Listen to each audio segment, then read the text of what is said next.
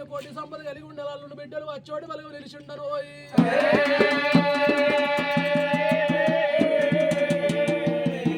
సౌడలమ్మ అమ్మవారు తల్లి సౌడలమ్మ ఆది చిన్న గారికి ఎల్లవేళ సాయకారమై ఉండాలని కోరుకుంటూ